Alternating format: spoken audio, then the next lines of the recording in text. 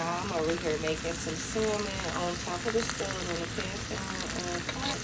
Just skillet, you guys. All I did was just put some seasoning on it, about 20 and put it in olive oil, a little bit of unsalted butter. I put a little bit of peppers and onions, and here it goes. It's like almost done too. Look good.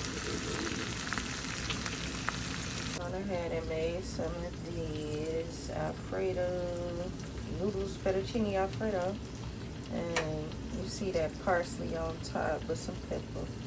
Let's look over my salmon.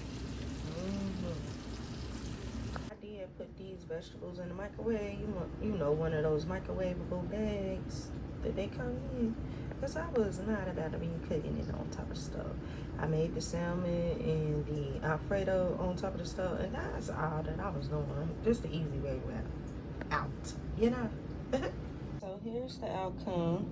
Got my salmon that was in that on top of the stove. Got Alfredo, garlic bread, and some veggies that was in the microwave.